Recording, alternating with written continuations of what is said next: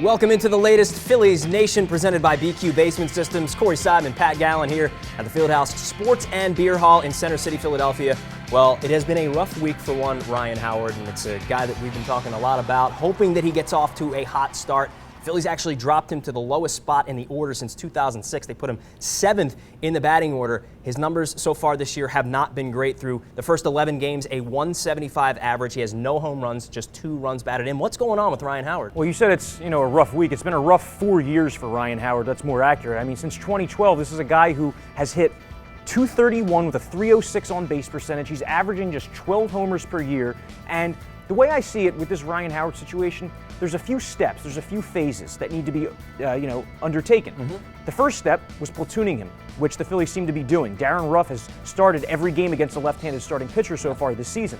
The second step is moving him out of the cleanup spot, which Ryne Sandberg mercifully finally did as Ryan Howard was killing rally after rally with those strikeouts. So those are the first 2 steps. I think those are the first 2 steps towards maybe getting him off this roster. Yeah. But the Phillies still need to be playing him every day. There's a lot of clamoring for Darren Ruff to play every day at first base. And while I would love to see Ruff in the lineup every day, it can't come at the expense of Howard, because the only way the Phillies are going to be able to trade Ryan Howard is if he has a 2 or 3 week stretch where he's hitting home runs, hitting those bombs to the opposite field, and maybe another team talks themselves into saying, you know what, 2 years, $8 million, $10 million for Ryan Howard, we can do that. Yeah. The Phillies would save $8 to $10 million, and they get rid of an awkward situation in the clubhouse. But again, the only way that you're ever going to be able to trade him is if you continue to play him, he gets regular at bats, and maybe he gets hot. All right, not because Corey is my co-host, but you wrote a great piece for CSNPhilly.com on Ryan Howard and his legacy.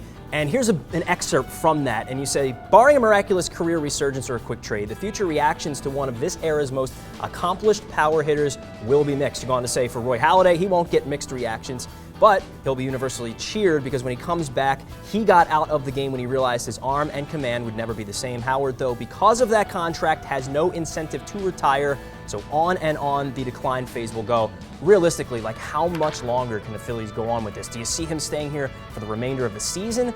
It just feels like at some point the plug is going to have to be pulled. I just can't see cutting a guy that you owe $60 million to. I get the money. And but the money is exactly why Ryan Howard has no incentive to retire. If he retires, he's not going to see all of that. And that's why people might say, why don't you just hang it up? He's made so much money already in his career. Well, who in their right mind is letting $60 million walk off the table? But is your pride worth more than that? There's a guy who's made over $100 million in his career. He's got the Subway stuff. He's made a lot of money. He's got a big house in Florida. Does he want to go through the next 2 or 3 years of being one of the worst players in baseball, or does he want to walk away and say, you know what, I gave it my all, the money's not worth this? Well, I'm sure Ryan Howard deep down still thinks that he has something left in the tank. I mean, a guy who's had success his entire life and a guy who's been streaky his entire baseball career probably thinks that he can still unlock some of that power, but it's just a bad situation. Ryan Howard had the most historic 4-year power run this city has ever seen. Averaged 50 home runs from 2006 to 09. Averaged 143 RBIs from 06 to 09. And yet when he retires, he's going to be as remembered for the decline as he was for the peak. I really think that because the decline is going to end up lasting longer than the peak. I hope that his legacy is a strong one, and it probably will be. You have to give it time after guys retire, after it has been such a precipitous decline over the last 4 to 5 years. But I would say in 5, 6, 7 years, when he comes back for these Philly alumni things, he's going to be just fine. I sure hope so. Darren Ruff in this platoon-type role, I think works pretty well. Now, he hasn't started off that strong this year, but here's a guy that we talked about as being the only power threat really on this entire roster. And through the first, it's been almost 600 at-bats in his career, when he's gotten the chance to play, he's put up some decent power numbers, over 20 home runs. So I'd like to see him play longer term. I don't know if that's going to be the case, though. Yeah, I mean, there's just not enough spots to go around on this team. You need to play Ryan Howard in case you can trade him, and Dominic Brown is going to be back soon, so he's going to be playing every day in right field. You need to play Ben Revere in case you want to be able to trade him, get his bat going. So really, where's the spot for Darren Ruff? I guess he's probably going to be a platoon player against lefties, playing left field, playing first base. There's just not enough spots to go around, even though Darren Ruff finally does deserve everyday playing time to see what he can do. Now let's talk about a good thing. That's been Cody Ashley so far this season. And he has been exactly what we hoped he would be to begin the year. And here's a guy that we talked about before the season began, and we said we need 17 home runs from him. We need a decent batting average, and we need good defense from him.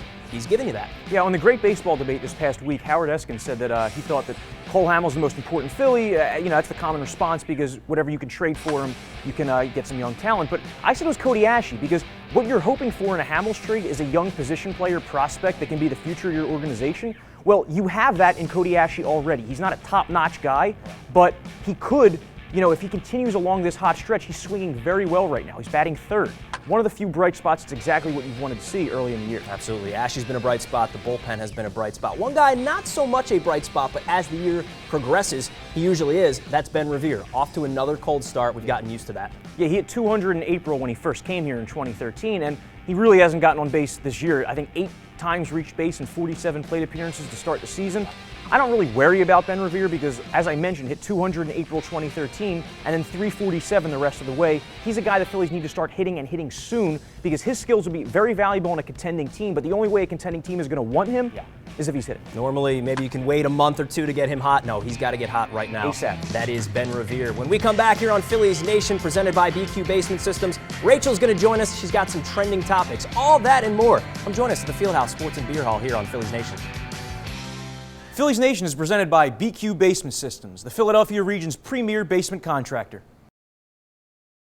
Our customers tell us it's important that they know who they're doing business with. Basement foundation issues are never fun, and finding a contractor that you can trust can be hard. That's why I founded BQ Basement Systems in 1997. We're the experts in identifying and fixing problems in your basement, your crawl space, foundation repairs, and all things basementing. Have one of our certified inspectors out for your free evaluation and estimate. Visit us at bqbasementsystems.com or call us at 1-800-339-2070. If you're a sports fan, you need to check out Sports Vault. Our stores will surround you with a great selection of autographed memorabilia, licensed apparel, trading cards, and novelties. Want to meet your favorite local and national superstars? Sports Vault brings the legends to you with dozens of in-store appearances. Check out any of our 3 locations in King of Prussia, Exton, or Moorestown. Or visit sportsvaultshop.com and use the code PhilliesNation to save 20% on your next order of autographed merchandise. In a world where bankers have lost all interest, where robots and fat cats rule our fortunes, one woman will stand up and strive to do the impossible. Be treated like a person. Friends and neighbors will join her quest. Ordinary people will band together against the forces of corporate greed. And together they will form Philadelphia Federal Credit Union, already in a neighborhood near you. Travel is not the exciting adventure it used to be. I still love the destination, yet getting there can be a hassle unless you travel like the pros. Major League Vacations offers exciting personal or group travel options to your team's away game or your favorite vacation destinations. MLV does all the legwork.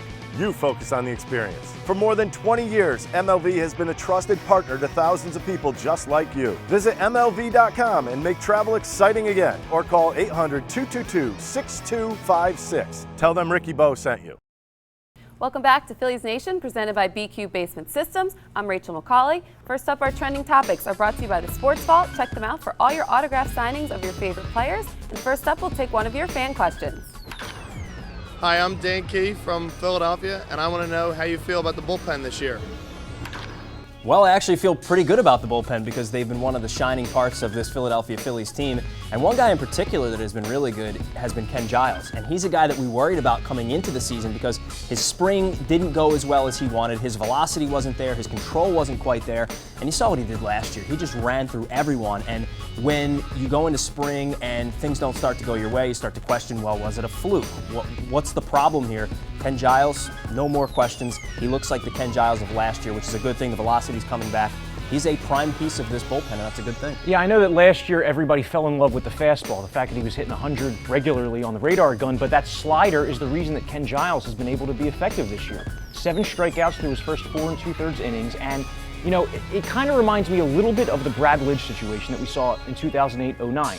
Lidge was perfect in 08. 09, he had probably the worst season a closer has ever had in the history of baseball, and the reason that is he pitched so much and his fastball lost a lot of life. But he was going from like 94 to 90. Ken Giles has gone from 98 to 95, and he's picking that up a little bit. So that slider has been a big weapon, and it's going to keep him effective even if the fastball is not reaching triple digits. But as a unit, this bullpen has been very impressive. 2.61 ERA. You take Jake Diekman out of that equation, it's a 1.32 ERA. And they have another emerging guy in Luis Garcia, a guy who regularly would come up to the majors and fail to produce the numbers that he delivered in the minors, but he has a scoreless streak dating back to the beginning of last September. He's looked dominant lately. And he can cut hair, which is a big thing. Is that so? Can? It is. He was a barber. Really? Who knew? Full effect. I that knew. gal. Wow, well, I'm impressed. So let's take a look at some of our best tweets of the week. The first one comes from Jerry Krasnick of ESPN. He says, an MLB scout on Chris Bryant, it's like the fifth Beatle just came to America. Oh, those crazy scouts. Not SportsCenter says, in his first career at bat, Chris Bryant struck out on 3 pitches. He was born to be a Cub.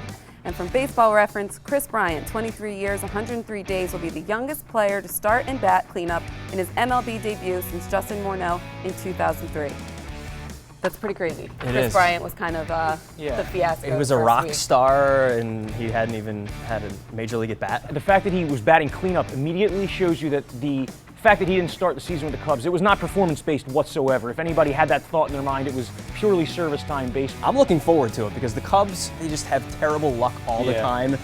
They need someone like this. I know that we're a Phillies-based show, but I like when you see teams that have been down in the dumps, like the Cubs have for so long, do good things, and Chris Bryant, he will be part of that. Well, we'll see how it goes. It'll be exciting to watch for sure. Yeah. Let's take a look at the Phillies starters and kind of how they did this last couple of weeks through some really dominant starting pitching that they faced. Yeah, the Phillies have faced the best starting pitching in baseball out of the gate. Jeff Francoeur made that comment last weekend that you don't like to make excuses, but there's nobody in baseball that could have possibly faced better starting pitching. No days off, pretty much, for the Phillies against this tough slate of pitchers. They went 3-7, and they emerged from that run with the fewest runs per game in all of baseball, which is to be expected. And this is going to be a year-long theme because the NL East is just so deep with starting pitching. This could be not only a year-long thing, a 5 or 6 or 7 year-long thing. If all of these guys end up staying in the NL East, you're going to get to know these names well. Yeah, especially with the Washington Nationals and the rotation that they have.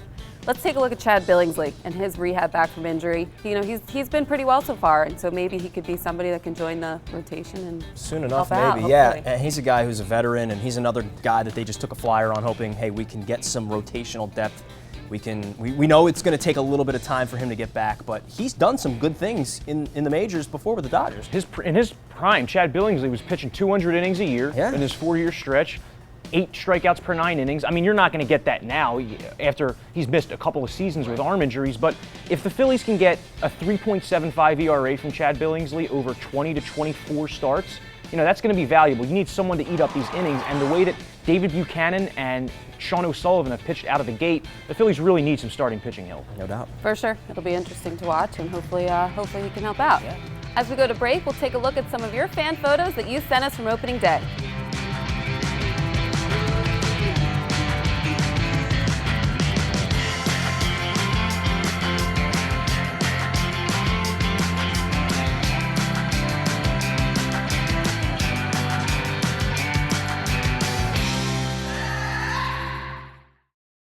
Live sports,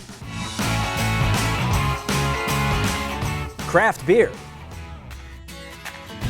great food, good times. What more do you need?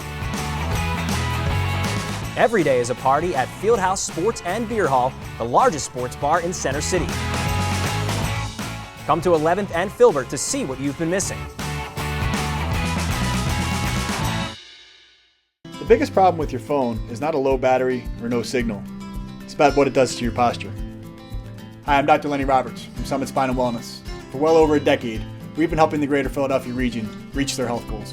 This is the most common posture problem that I see, but you have no idea about the long-term neck and back issues you can suffer from if you don't correct your text neck. You don't have to live like this. We can correct your posture. Your initial consultation is free. Call Summit Spine and Wellness now at 215-487-2500. Our customers tell us it's important that they know who they're doing business with. Basement foundation issues are never fun, and finding a contractor that you can trust can be hard. That's why I founded BQ Basement Systems in 1997. We're the experts in identifying and fixing problems in your basement, your crawl space, foundation repairs, and all things basementing. Have one of our certified inspectors out for your free evaluation and estimate. Visit us at bqbasementsystems.com or call us at 1-800-339-2070. Philly has a long sports history filled with great players and moments. Shibe Vintage Sports in Center City relives the glory years with fashionable attire for all your favorite teams. Separate yourself from the crowd with the hippest Eagles, Phillies, Flyers, and Sixers gear. Pick up some unique shirts featuring local teams of yesteryear, or come to fun events where you can learn about your favorite teams. So if you're a sports fan, then you need to check out Shibe Vintage Sports. Visit them at 13th and Walnut or shibesports.com. Welcome back to Phillies Nation, presented by BQ Basement Systems. First up, we're going to go on the farm and take a look at some of the Phillies minor league prospects and see how they're doing, and we'll start with Maikel Franco.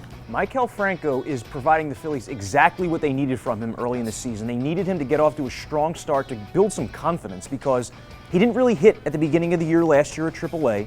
Didn't hit in spring training, was a quick cut, sent to minor league camp in spring training, but through his first 10 games at Lehigh Valley this year, 10 extra base hits, hitting .386 with an OPS over 1100. Most impressively to me, though, 4 walks in those 10 games. I know it's not a lot, but he for just a guy, doesn't walk, though. Yeah, for a guy who is such a free swinger, that's telling me that Maikel Franco is seeing the ball better, taking more pitches.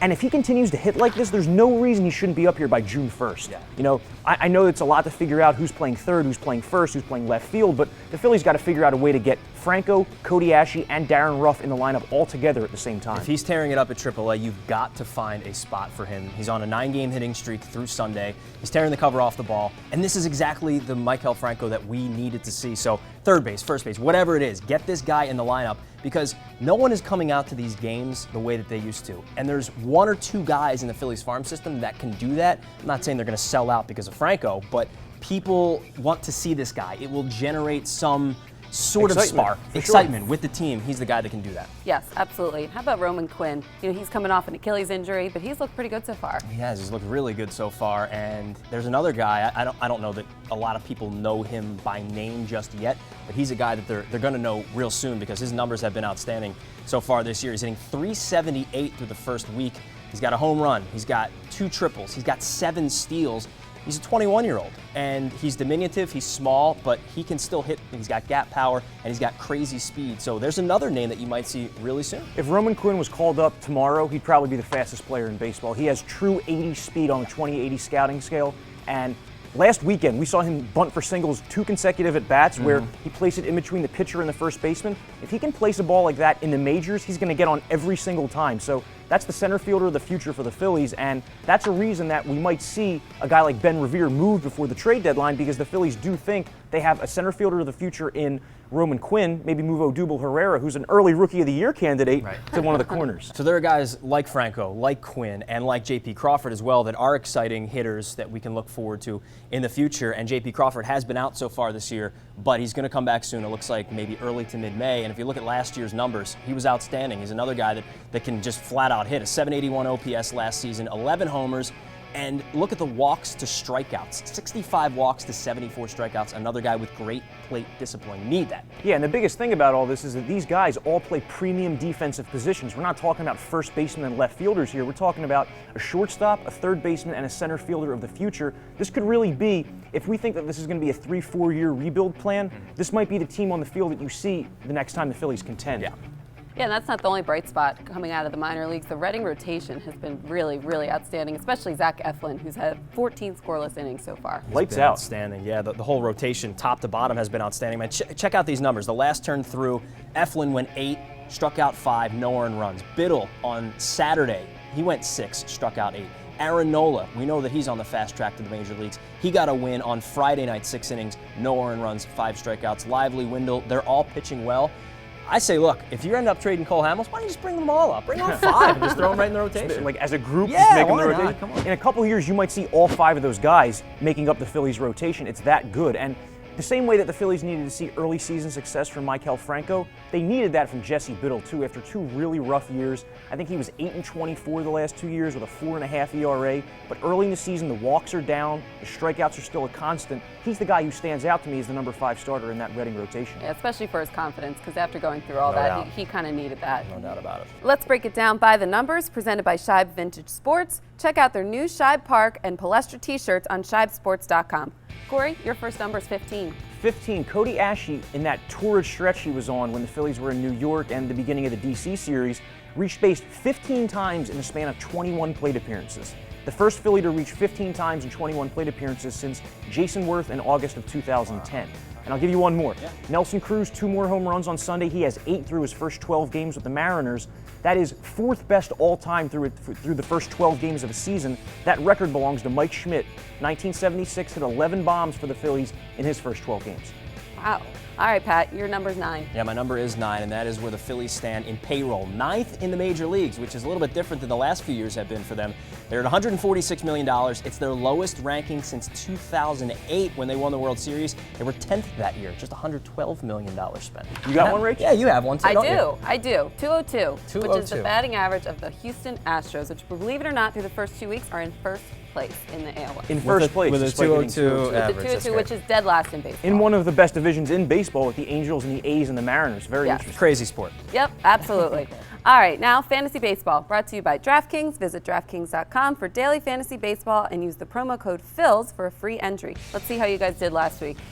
I didn't do so well. Adam Lind went 3 for 20 with a double and an RBI. I thought he was going to kill John Lackey, who he was 15 for 28 against and he faced last week. He did not do so well, but my pitcher, John Neese, did do very well, shut the Phillies down for the 20th time in his career. And, he's a guy that I think you like this week, don't you? Yeah, I do. Last week, I didn't do so great either. Come I on, had Russell Martin. He had 2 home runs last week. There you Does that go. count for anything? There you go. Yeah, Absolutely. but Daniel Norris from the Toronto Blue Jays, we'll just forget I ever even said that. Well, hopefully you guys do better next week. Coming up, the guys will talk a little bit more fantasy and have their closing arguments when we come back.